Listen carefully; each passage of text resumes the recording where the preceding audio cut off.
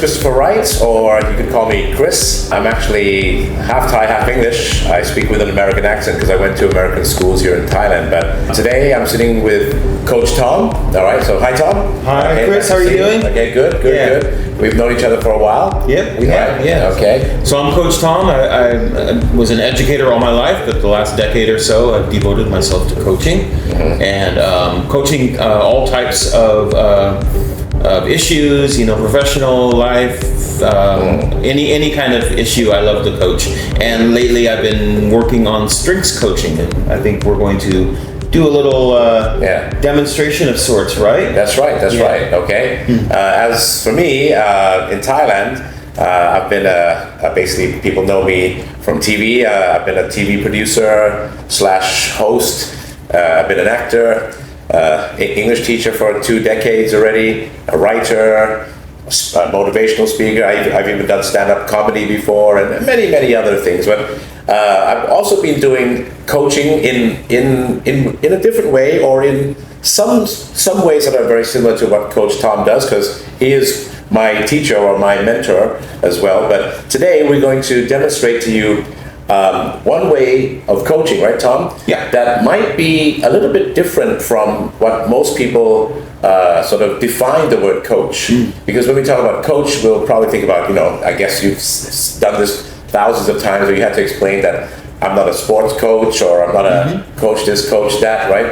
But coaching in your definition, or in the world of coaching or mindset coaching, what is it different, or how is it different from other types of coaching? Yeah, thanks, Chris. So, coaching, professional coaching, in my mind, is someone who helps facilitate learning, feeling, thinking of another person, so that they can have new awareness, new insight, and ways to grow or move forward or reach a goal. So it's not my role as the coach to advise or suggest or counsel or teach or anything like that. It's just to kind of like be curious about how you are going through the process of understanding yourself, so that you can move forward and meet your potential in whatever that is. Yep. So the difference between teach and coach is, I think this is a good analogy or a good metaphor, is that we can also talk about the problems or ask about problems. That's kind of focusing on the past. Okay. Right? And thinking about how we could have done it differently. Yeah. Which isn't always that helpful. As a coach, though, or we can teach people how to do things as well. Yep.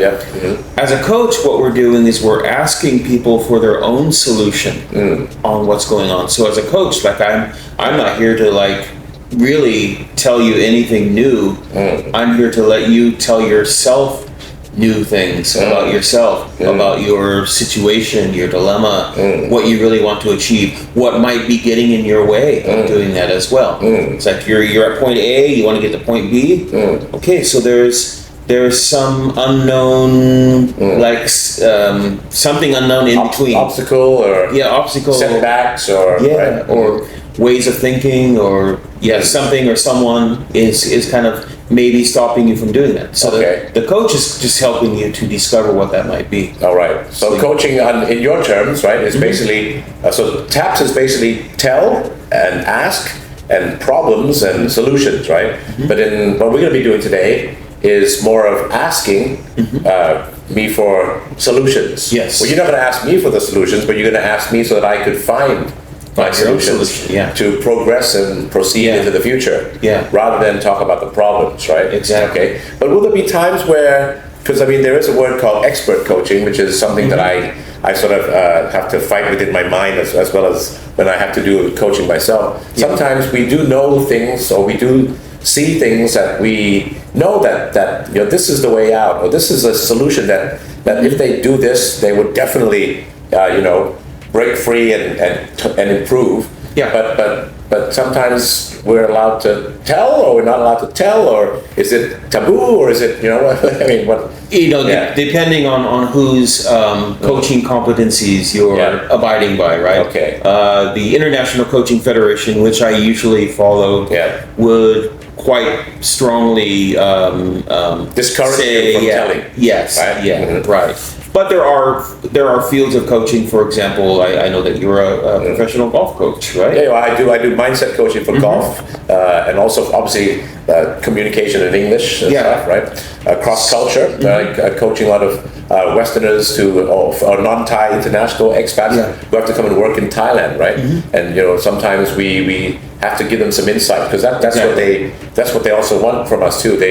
They want to know some new information or some new insights on how to solve their issues. But obviously, we're going to have those moments where, okay, now let's stop talking. We're not going to tell you anything, but let's talk to you. Let's ask you. Let's ask you some good questions, some powerful questions, so that you could find the solutions by yourself, Exactly. right? Yeah. Which is what we're going to be doing today. Yeah, so when I think about the expert coach, like you were talking about, you might share some information that could give your coachee a bigger idea or understanding of the perspective that they may have. Yeah. But then, kind of like a mentor, you can share your knowledge, your experience, but then you want to make sure you have your coachee reflect on what they learned from what you told them. Yeah. Right? Yeah, because obviously the solutions that come from them are usually more powerful than the solutions that come from outside. Yes. Right? Yeah. So that brings us to the main part of the show today, and Tom, he's a renowned coach, and he's our teacher. He's the coach of the coaches, basically.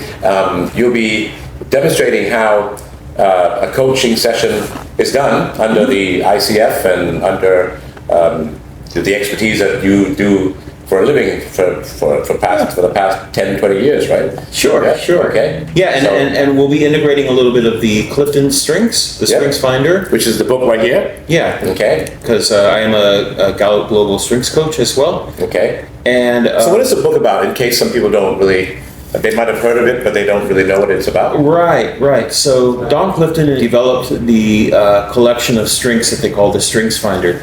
These are a collection of talents that we have, which are kind of like ways of thinking or feeling or our mindsets or how we do things. And they're all kind of like, when we are using those in our life, we generally feel pretty good. We feel like in that flow, right? Yeah. In that flow state when you're doing things. And This is so me, right? yeah, and the time just goes by. Yeah. You can think of it when you're doing things you don't really want to do, but you have to. It's kind of like swimming upstream. You can probably do it for a little while, but you're going to get tired, and eventually you're just going to like Burn out or just give up. Yeah, but when you're in your flow, you're swimming downstream. You got the power of life behind you, just kind of like letting you do whatever you want, right? Yeah. So when we are applying our strengths, of which there are like 34 strengths in our life more, and we're leveraging them to really see how to get to where we want or see what we want to get, and we can use those strengths. It really helps us come up with some interesting perspectives and solutions on what we want to do. For sure. So the 34 strengths here are basically words that or keywords that reflect on, like what you said, abilities, personality, or even mentality, how people think, how people do things. But they're not going to tell, because some people expect that, if my child or my teenage son takes the test for this, because there's a 100-question test at the back of the book, he's going to find out that he's good at medical science, or he's good at he's going to be a politician, or it won't tell you that, but they will tell you there'll be sort of guidelines to give you an idea of what you can do or what you shouldn't do, in terms of in terms of not just working or career, but just living life, basically, right? Yeah, the strengths are very flexible in the sense that we can, once we understand them and we know where they show up in our life, or even where they're showing up too much in our life, we can start to make different moves towards like using them and leveraging them to really get to go where we want to go, right? Yeah, that's mainly it. Because like for me, one of my strengths that you have written down here is ideation. I guess ideation is basically Mr. or Mrs. Creative, right? Being very creative, being full of ideas, always liking to come up with new ideas, and that is so me. And I've been using that strength in my life in so many different jobs and different careers. And if I don't have the chance or the freedom to give out ideas or to come up with my own ways or to contribute to sort of new ways of thinking or new ways of doing things, I would definitely not be very happy for too long in that job or in that sort of group. Right. My top strength is input. Input, someone who loves to get as much resource as possible when they're trying to learn something. So, like if I'm building a new course, I want to go online. I want to find out 5 other courses that are like that and what they need to do and all the things that go into making it. So I'll just be collecting, right? Input, people love to do that. They think the more information, the better. Yeah, which is great for me when I'm allowed to use that strength, right? So it's all about like understanding our strength when we use it, and then how we can use it moving forward. To set our goals and achieve things. But there's also the other side of the coin of input could also be wasting too much time on taking too much information and not sort of putting them together and sort of taking action, right? Our strengths can have what they call the blind spot. It kind of keeps us from. So my input could be slowing me down, making me procrastinate on actually doing something because I'm just kind of collecting and I'm enjoying that so much. I'm in the flow of collecting that I forget to actually do something. So I see, Chris, one of your top strengths is activator, for example. So we might work well together where I collect a lot of information, share it with you, then you figure out how to get it started, how we're going to do something, right? And take action, right? Yeah, for sure. So today, Coach Tom, we're going to be using my 7 strengths from the Strengths Finder test. And I dare say that, yes, these definitely reflect who I am and what I think and what I feel and what I do. So think, feel, and do, basically. And but also we're going to demonstrate how you how you do your coaching sessions. So you be the coach and I'll be the coachee, because I do have a real issue that I would love to sort of discuss with you or let you coach me on, and that is my. Shall we start? Or? So we can get. Let's. Do you need a second just to take a breath in, or are you feeling pretty good right now? Yeah, I'm fine. I'm an open book, so I'm willing to share my story, because I think it's a good sort of story for a lot of people, because I think a lot of people are going through that or have gone through that or will definitely be going through that in the world that is an ever-changing world. So just to let everyone know, this is it's not a scripted. We're doing this fresh. We don't really we haven't talked about this issue much, just because we want to keep it as authentic as possible.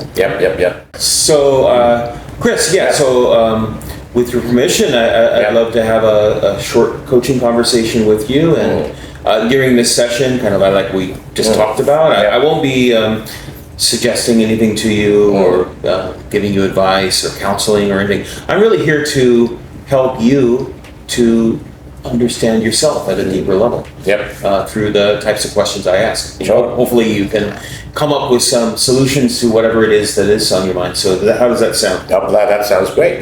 Please, I'm looking forward to it. That's great. And just to let you know, I might take some notes. I might not, but you might relate some of those possibly. And I have some of your top strengths, so we can play with those as well. For sure. Great. So what is it that we could talk together that could bring you value? Okay. Today, my issue is it's been going on for about a year now. Is let's say the past 20 years, what I've been doing for my job and my career is I've been teaching English, obviously, and recently I think the English teaching world has been changing a lot because of online and the market is very saturated with teachers. And I used to be back in the day, the teachers who were the sort of well-known teachers on TV or on social media. There weren't that many, but nowadays it's flooded with so many teachers, and online has come into play a lot. And I'm kind of old school, I still like that on-site, that in-person, let's meet up, sort of vibe and stuff. And so I think especially after COVID, because during COVID I had a couple of language schools in the central shopping malls, but obviously we had to close those down because of during COVID, right? And then after COVID sort of died down well, I guess it hasn't died out yet, but the dilemma comes in. If we open another office, will it be worth it? You know, so that's only one question. So that made one of my bread and butters sort of disappear, or it's been put on the back burner. I've been doing TV for the past 15 years, producing and hosting lots of TV shows on Thai TV, the main channels on the lesser the secondary channels, and they had digital TV channels, and then also online. But TV is obviously dying, right? So last year suddenly I had 4 shows, and within 1 year they just got all got chucked out, right?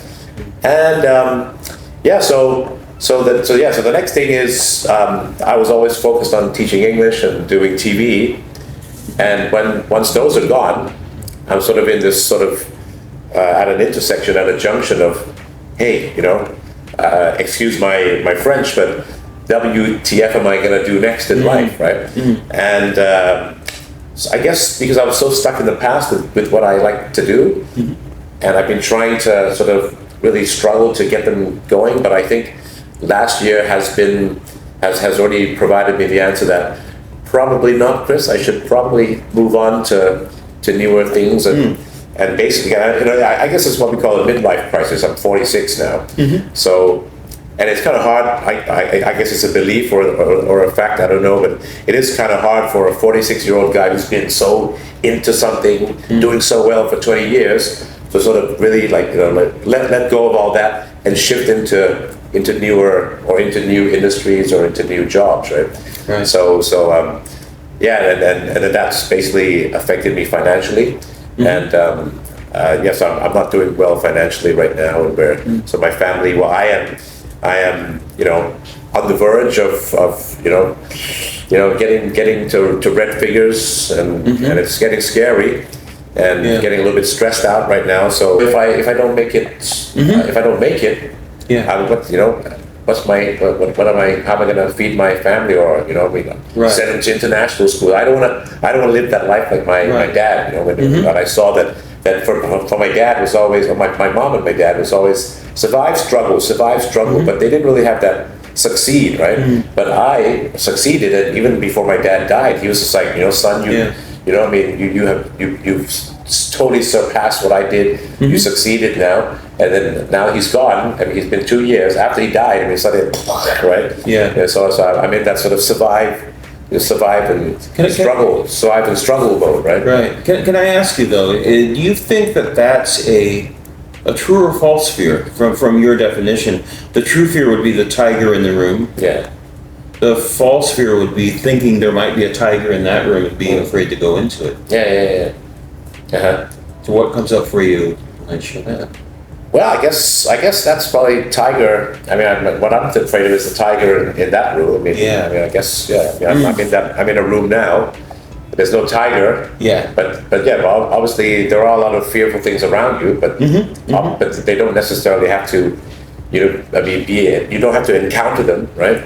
You could be in a zoo, but there's a glass wall or a cage, protecting you. So So you're right. Yeah. Okay. They could be in a cage protecting you, right?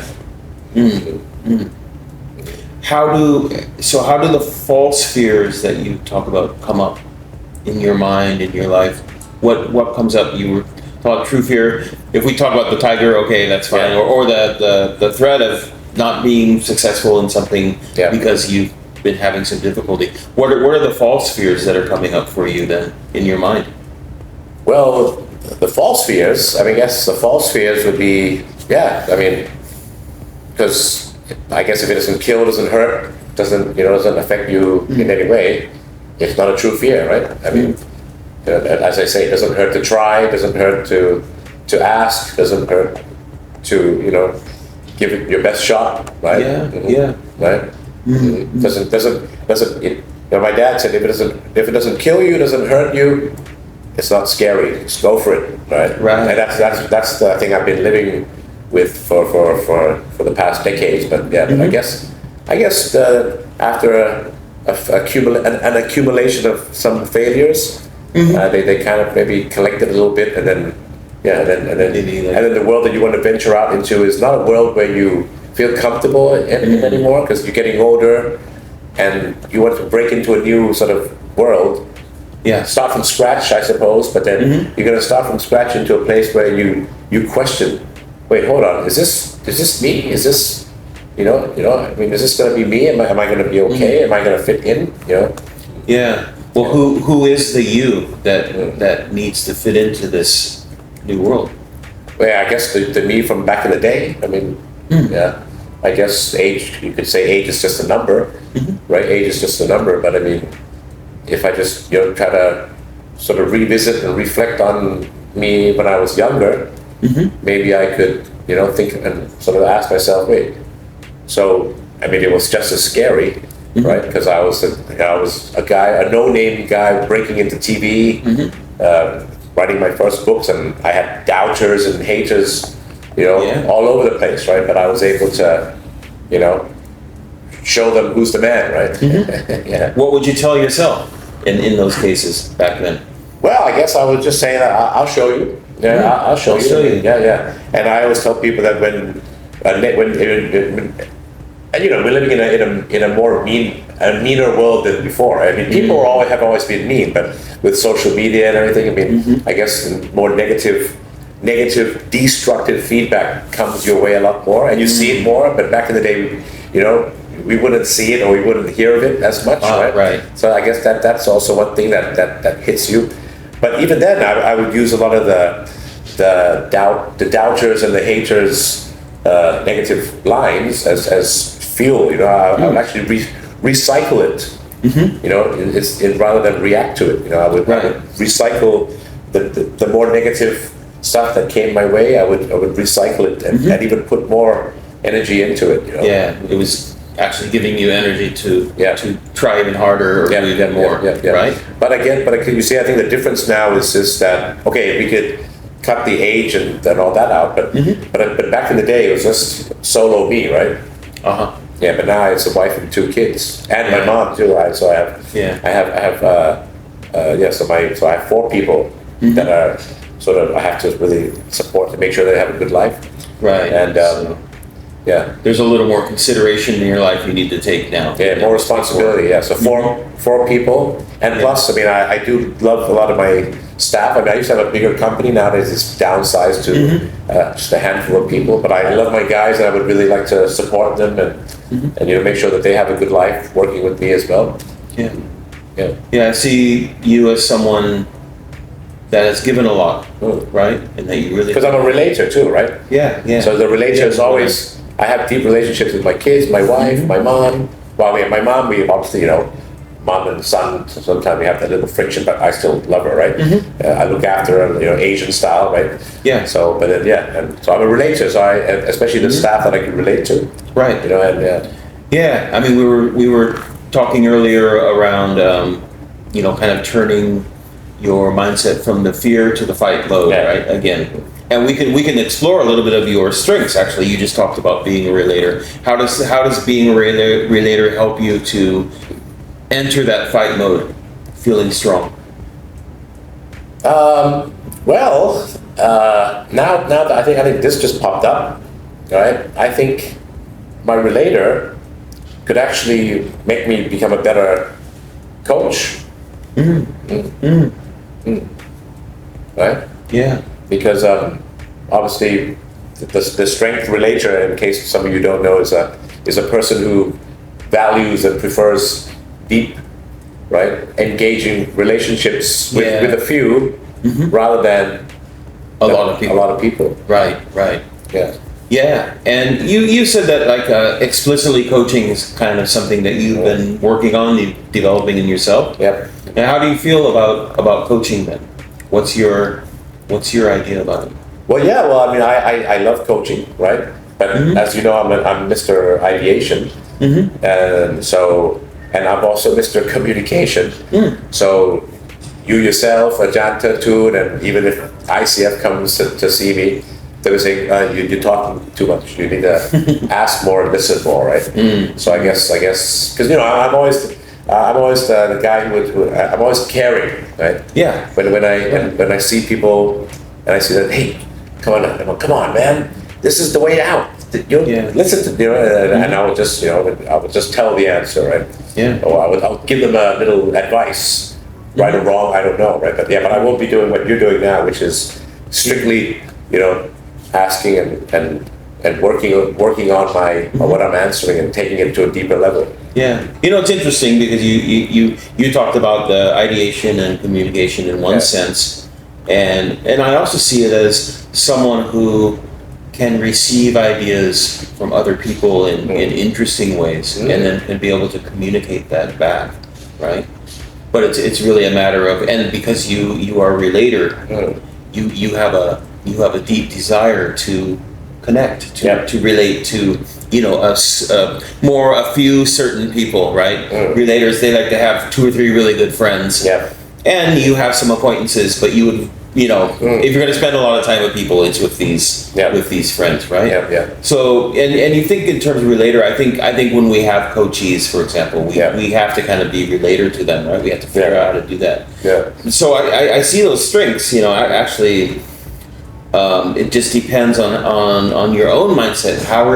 How can you use ideation, communication, relator to optimize your coaching, do you think? In your mind, how do you think they? Well, I like how you said ideation, because I always thought of ideation as the guy who gives the ideas. But now when you say that, ideation is also about receiving variety of ideas. Yeah. And then how to work on those. Yeah. I think that was a good reflection. Yeah. One thing I like to think about in terms of the Clifton strengths is that we're putting them out there, but we're also it's how we're bringing things into us, right? So how, like you said, how do we communicate using ideation, but how do we communicate to ourselves as well using ideation? I think they can kind of go both ways, right? Yeah. We can kind of coach ourselves, right? Yeah. I guess it's off track, but I mean, you're a relator too, right? I think you are, right? Yes, I am. Yeah. And you've coached tons of people, right? Have you had that moment where you felt like you couldn't relate to your coachee as much as you wanted to? Yeah, for sure. Yeah, they wouldn't open up, or it's just they have a different wavelength. They're on a different wavelength from you. They might have a different mindset that's based off like values that maybe I don't quite connect with. Right? Yeah. But as a coach, it's more for me. It's like trying to be curious about that. Yeah. And if I'm feeling like a disconnect in some way with my coachee, I want to try to figure out, okay, how can I understand that? But not for my own sake, for what I'm seeing maybe in my coachee, not making those connections that if they did, possibly they can learn something about themselves. Yeah. So we talked a little bit about relator, ideation, and communication. Yep. You also have connectedness, which means connectedness is a strength where you enjoy seeing how people and things are connected together in the world. It's kind of like it can almost be like a new agey woo type thing.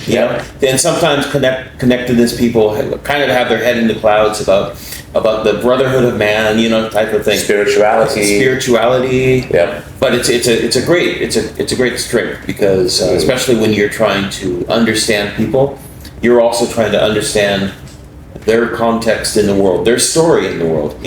Everyone has their own unique story, be their culture, their experiences, maybe their religion, their family, upbringing, education. It's all different, but in a sense, we are connected. Then you also have individualization, and that's another one where you really like to celebrate the uniqueness of people. You like to understand and see how they fit into the world of everyone else. So, that's to me, it's a nice combination of strengths that what you are doing is trying to communicate and connect people together. You're more than just an English teacher. You're a motivational, speaker. You've done so many different trainings, what would you say is the core of what you want to do? Well, I mean, what I want to do is basically help people, help people have a better life, especially from all the things that I've learned, which I call it the 3 X's, right? So the things that I've learned, I would call them expertise, right? That you learn all these different expertises, so expertise from like people like yourself, right? Read a lot of books, take a lot of courses, watch a lot of good sort of YouTube clips that are very insightful.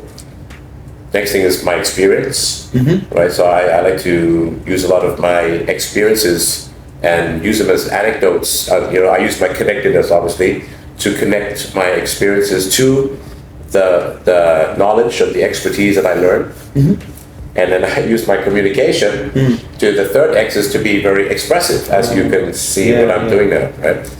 Yeah, so I think what I want to do is I want to do those 3 things and help either people, individuals, groups, and everything. But obviously, the big thing is we gotta still make a decent chunk of money, like how I was making money back in the day, because that's also a key sort of factor, right? Because I don't want to sort of lower the standards of my family to okay, sorry guys, but we're gonna have to live in a smaller house, drive which is not to me it's not a big deal, but then to them, especially my kids, they might ask, but we'll teach them. But then so driving a cheaper car, living in a smaller house, maybe not going to the top international school anymore, maybe not being able to go on a ski trip overseas every year, but we're gonna have to go on a beach trip to Hoi Hin instead. I don't want to feel that, because I guess it will feel like you've growth mindset is you're always maintaining or going up, right? Yeah. But then when you come down, you might feel like, man, why? How did I let this happen, right? So how do I help as many people so that they can? How do I help as many people as possible so that they can help me as much as possible? I think that's the key. That's the key question that I want to find the answer to. How to help as many people as possible so that they can help you as much as possible as well. Yeah. So we're very reciprocal, right? Yep. Yeah. And I see that you are standing very strongly by your integrity, your standards, but you also have your personal expectations as well for you and your family. What do you think the world needs right now that you can provide, considering everything going on? Yeah, that's a good question. I think a lot of people, I'd say this, but then I guess, never really reflected on it, but I always tell people, because you yourself, you probably meet a lot of younger people nowadays, but correct me if I'm wrong, I might, if I'm mistaken or not, but I think people nowadays are a little bit more stressed, a little bit more depressed, a little bit more suppressed than before, because of the ways of the world are becoming less sort of we're focusing less on the human psyche, the human sort of just being human. It's all about school or digital or computers and social media. Watch this, watch that. AI. VR and virtual worlds and everything, right? And then I think there's got to be a good balance, right?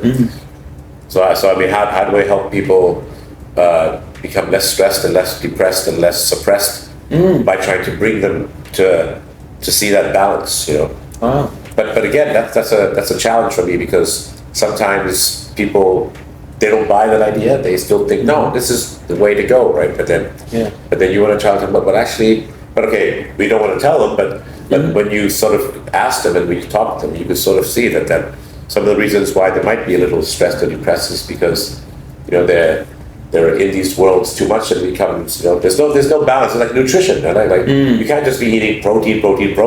You've got to have a balanced diet, right? So you got to have a balanced life. But I think people might not be as balanced because they're either working so hard, especially in a job that they don't like. They're studying so hard, especially in a subject that they don't have the flow for, or they're living in their little virtual worlds to the level that they don't know what the real world is all about anymore. Yeah, people are quite compartmentalized, right? A little bit more maybe. Yeah. But yeah, so what I bring to the table is basically, I think, is how do we help people? I mean, I think we can help people realize that, and that's why I want to venture out into these things to in a deeper level, in a more serious level, and hence us doing this video, and you'll be seeing me a little bit more from now on, right? It's finally, right? Yeah. So bringing your presence back, right? Yeah. After a couple of years of some big challenges. Yeah. And figuring out how to help people balance themselves, balance their world. Yep. So I think balance is key, Yeah. I mean, I think the world comes in two. Everything in the world usually comes in twos, right? So, hot and cold, big and small, right? How do we get that sort of balance? Because I think balance is the key. Yeah. So let's say 6 months from now, I found one of your diehard listeners or watchers of what your media, right? Oh, okay. And they really feel that you help them in achieving some clarity on their own balance. What would they say that you were able to do? How were you able to reach them, to be able to? Well, I think the key word here is I like to say a lot is reset their minds so that they could find their way. That's what you do. That's what I do, right? You do it in a coaching way. I do it in the sort of more the teaching, training / coaching way, right? But I guess people like us is all about helping people reset their mindsets, so that they can find their true life sets, basically, right? So what do we need to do? So so a lot of people have come up to me in the past, right? Yeah. But in the past, I was able to get MSI, multiple sources of income from different things, right? Yeah. But nowadays, you have to change your sources of income, and I guess everyone has the beginning, but to have to get up and do all that again, I mean, it's just for a 46-year-old guy, not 26 anymore. I mean, sometimes it does feel a little bit, Yeah, sure. Well, within your own doability.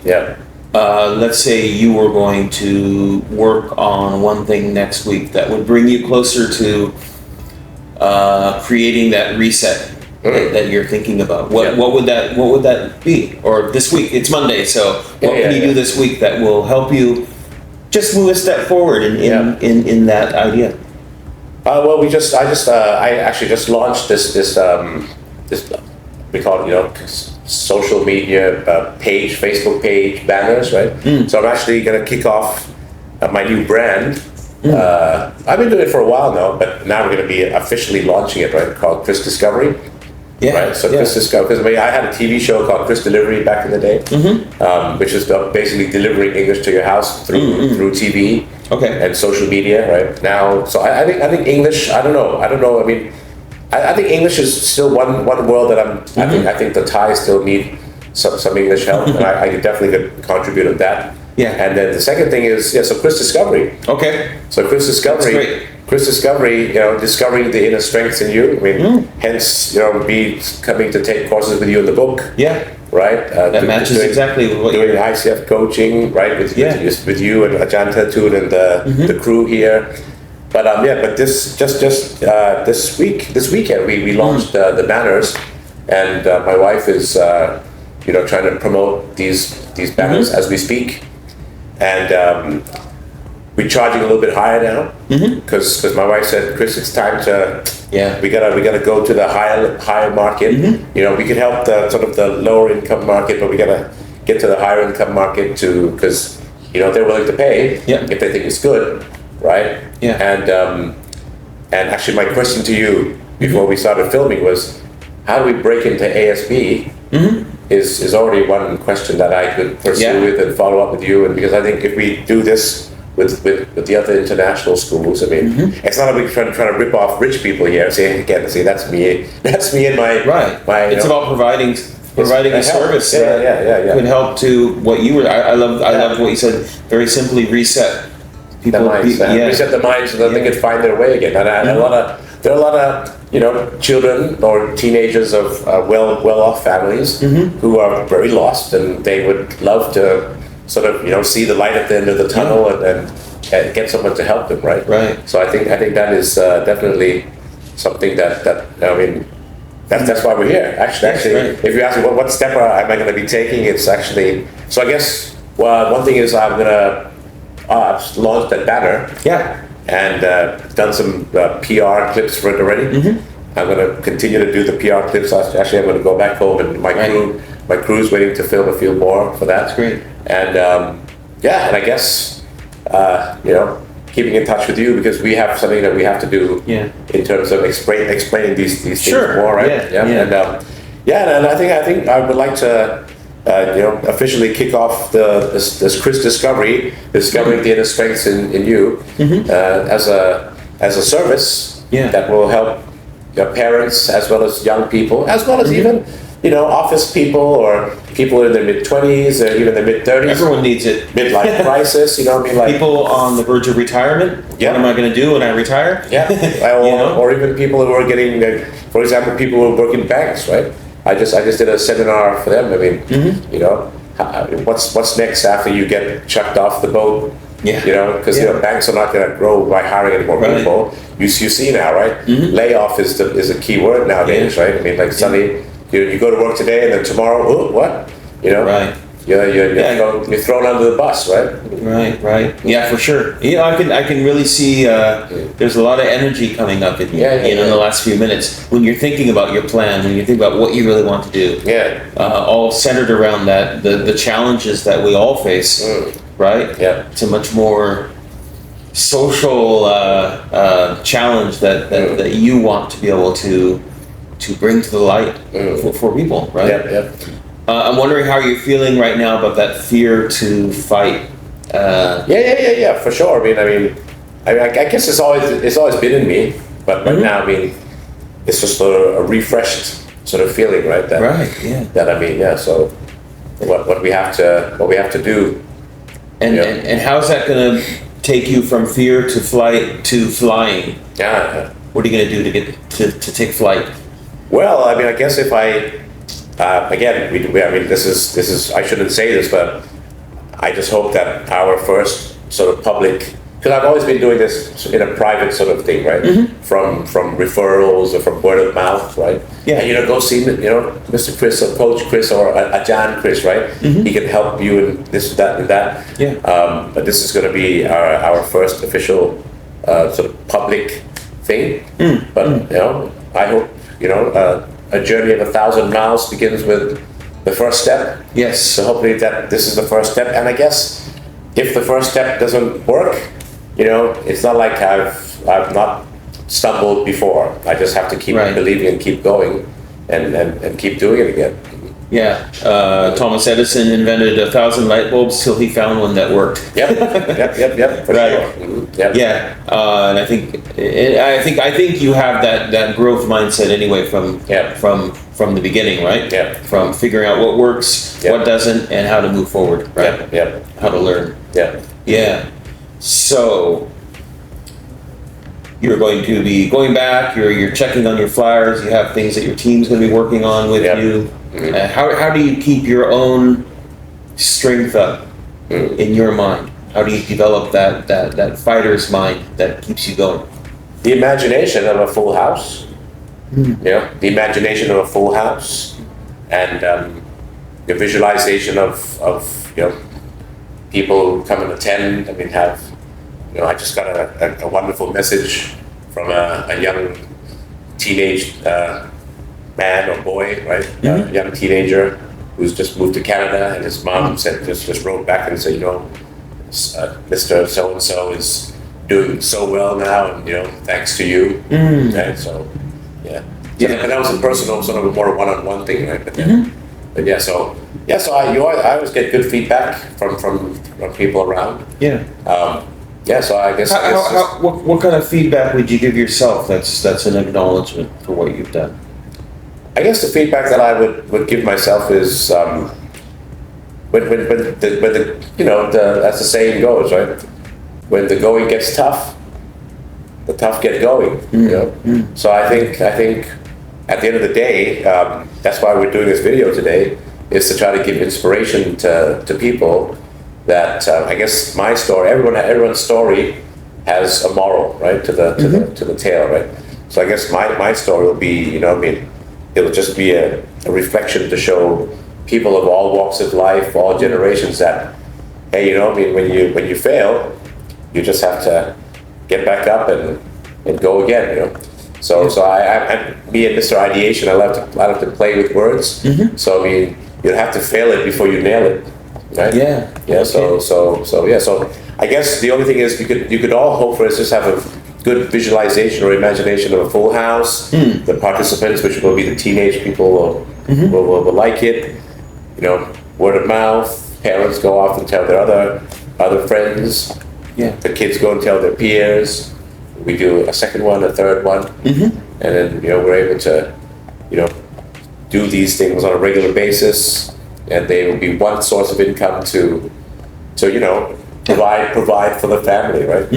I guess for me it's just I want to provide for my family. Yeah. Because I mean, at the end of the day, Mr. Relator will relate to the closest people. Will be, you know, because I'm a very family man, right? I mean, I really relate. I hang out with my kids, my wife, you know, I mean. Excellent. Yep. Great. So as we kind of wrap up here in the next couple minutes, I'm just wondering, you know, with your own like action plan, as we're starting this week, going into the next week, you sound like you have a lot of things and projects going on, and it's more about keeping your own mindset open to what you want to do and need to do, right, to reach your goal. I'm wondering then how your own maybe thinking may have shifted during our conversation about that, going from the fear to the fighting. How has that shifted in your mind? Yeah, well, I mean, I guess if we had a scale, I guess it was more fear, right? But I guess, so now it's more, you know, the fight has, the fear's still there though. Yeah, but we're gonna still, I mean, because obviously when you do your sessions, there's not only one, right? There's there's a couple more at least, right? So this is just a sample, but I guess maybe next time we'll find out, or we'll figure out how to kill this little baby, right? But at least now, I mean, you know, back before fear was heavier than fight. Now fight seems to be heavier than the fear. That's great. But I think, I mean, how do we, you know, kill this little baby off? And I guess the next, if we do have another session, is how do I make more money? Right. Yeah, I think that's one question that I probably want to figure out. Absolutely. Yeah. I guess the last thing I'd say about fear, I'm not sure if fear ever quite goes away, or if we really want it to go away, because the fear also is the thing that kind of pushes us, right? Yeah. You might kind of think about that. Although, you know, having that balance, right? Not letting it overtake our lives.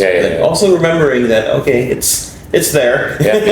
Well, I mean, well, one motivational factor is consequence, right? I mean, because I always tell people, it's not only purpose or prize that drives you, but it's actually penalty, right? You know, what if that doesn't happen, right? I mean, actually, you know, when people's backs are against the wall, that's when, you know, or there's a Thai saying, you know, the fire is, you know, burning at your backside. You know, that's when you have to get up and I gotta do something. I gotta do something now, otherwise, you know, I'm gonna be burned in this chair, right? Well, I definitely see, you know, I see so much energy in you, positivity, and wanting to produce, wanting to do something that is valuable for yourself and for others, and to find that balance. So I, you know, really appreciated the time that you spent and opening up to me. And I look forward to our next session. Okay, well, thank you very much. Okay, Tom? You're welcome. So that's basically a sample of a coaching session. But usually you do, I mean, in general, on average, how many sessions do you usually have with a client or with a coachee in order for them to sort of like, get that true? It could take between 4 to 6 to 10 sessions. It can, because this session, it's kind of an introductory session. So I'm getting to know Chris. You know what his real goals are. I think we started to set some things also looking kind of, below the hood, right? Seeing what's going on as well. Yeah. And this was, I mean, I felt it was a pretty good session at getting started. But of course, you need time. Any time that we want to change, it's that's the annoying thing. It takes so long to create real change, right? That we need to keep working on it. So you got to remember, keep in mind that just an hour of such powerful coaching cannot change a year or even a decade of something ingrained, right? So it might take a few more sessions or a few more. I mean, I always tell people it takes time and times, in order for true change to happen. Yep. That's true. Yeah. They say a perfect practice makes perfect, right? Not as practice makes perfect. Or the right practice makes perfect. The right practice makes perfect. Yeah. Very good. Okay. Well, thanks, Tom, for you're welcome. For that little session. A bit long, but we had to talk about quite a few things. But I think this will give people an idea of what StrengthsFinder is all about. Because you know what, I have to tell you first, Tom, that when you coached me and you used the StrengthsFinders and stuff, I started seeing myself actually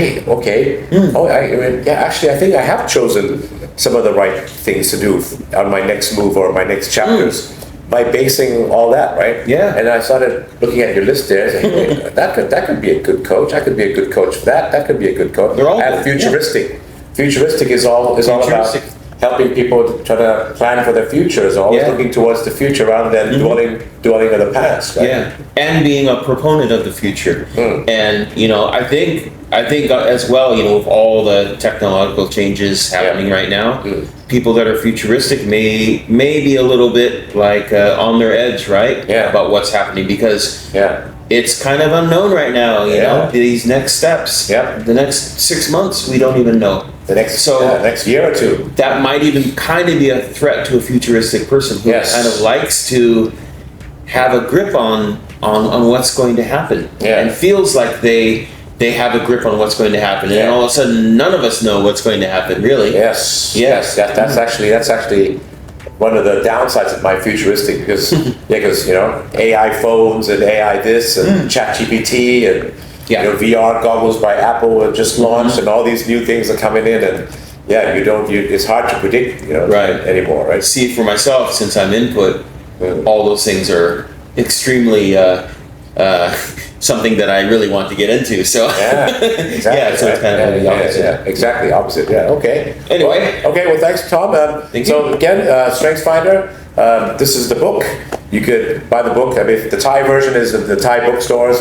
A little bit cheaper than the English version. You could buy the English version in the Kinokuniya Asia bookshops, right?